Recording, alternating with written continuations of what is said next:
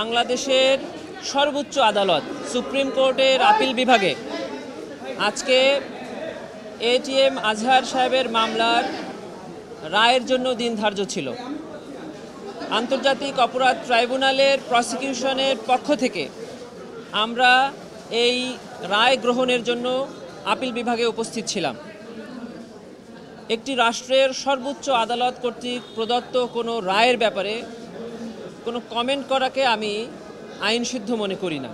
তবে আমরা শুনানিতে যে প্রসঙ্গে কথা বলেছিলাম, আজকের এই রায়ে আমরা তারই প্রতিফলন দেখতে পেয়েছি।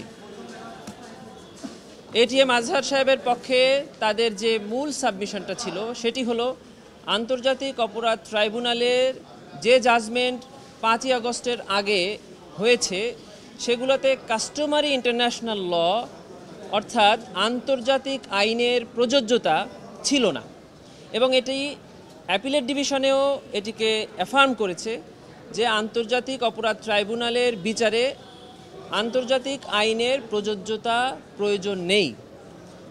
ওই আর্গুমেন্টের ব্যাপারে প্রসিকিউশন প্রথম থেকেই বলেছে যে এই আর্গুমেন্টের ব্যাপারে আমাদের কোনো আপত্তি নাই, কারণ এটি ইন্টারন্যাশনাল ক্রাইম ট্রাইব্যুনাল। এখানে আন্তর্জাতিক আইনের ডেফিনেশন অফ ক্রাইমস এবং মুডস অফ লাইবিলিটির প্রযোজ্যতা প্রয়োজন। তা না হলে আমরা যে সমালোচনা ট্রাইব্যুনালে আগে করেছি ট্রাইব্যুনাল রায়ের ক্ষেত্রে যে এটি ইন্টারন্যাশনাল স্ট্যান্ডার্ড না, সেটি বহাল রয়ে যায়। এজন্য আমরা অ্যাপিলেট ডিভিশনে সাবমিশন রেখেছিলাম যে আন্তর্জাতিক আইনের প্রযোজ্যতা প্রয়োজন, এবং এটা যে প্রসিকিউশন চায় এবং বর্তমান সরকার চায় তার প্রমাণ হলো যে আমরা প্রসিকিউশনে যোগদানের পরপরই আন্তর্জাতিক অপরাধ ট্রাইব্যুনাল আইন 1973কে সংশোধন করে আন্তর্জাতিক আইনের প্রযোজ্যতাকে প্রতিস্থাপন করা হয়েছে। এজন্য আজকে অ্যাপিলেট ডিভিশন যখন বলেছে যে ইন্টারন্যাশনাল ক্রাইমস ট্রাইব্যুনালের বিচারে আন্তর্জাতিক আইনের প্রযোজ্যতা প্রয়োজন, এই ব্যাপারে আমাদের প্রসিকিউশনের পক্ষ থেকে আমরা এখনও একমত পোষণ করছি এবং এই রায়ের পক্ষে আমরা এখনও কথা বলছি। মেরিট অফ দি কেস, আজহার সাহেবের মামলায় যে মেরিটগুলো ছিল সেগুলোর ব্যাপারে আমরা অ্যাপিলেট ডিভিশনে বলেছিলাম যে এটি up to your lordships decision. Lordships এই মেরিট বিবেচনায় এটিএম আজহার সাহেবকে খালাস প্রদান করেছেন।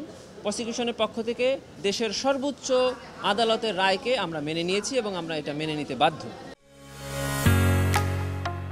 ঢালাইয়ের সেরা প্রিমিয়ার সিমেন্ট। আমাদের কনসাইজ স্টেটমেন্ট মানে প্রসিকিউশনের পক্ষ থেকে আমাদের যে আবেদনটি ছিল সেখানে কিছু ক্লারিক্যাল মিস্টেক ছিল, সেটিকে আমরা রিপ্লেস করে নতুন একটা কনসাইজ স্টেটমেন্ট দিয়েছি। সেখানে আমরা বলেছি যে ট্রাইব্যুনালের যে রায় এবং যে বিচার, সেক্ষেত্রে অ্যাপিলেট ডিভিশন ন্যায় বিচারের স্বার্থে এই মামলাটা নিষ্পত্তি করবেন। সেক্ষেত্রে অ্যাপিলেট ডিভিশন যে কোনো আদেশ দিবেন আমরা মেনে নিব। তবে ট্রাইব্যুনালে যে প্রেজেন্ট বিচারগুলো আছে এবং ইন ফিউচার যে ট্রায়ালগুলো হবে সেক্ষেত্রে এমন কোনো আদেশ আমরা প্রতিবাদ করি বা এমন কোনো আদেশের বা এমন কোনো সাবমিশনের বিপক্ষে যে সাবমিশন বর্তমান এবং ভবিষ্যৎ ট্রায়ালকে হ্যাম্পার করবে, আমরা এটুকুই বলেছি।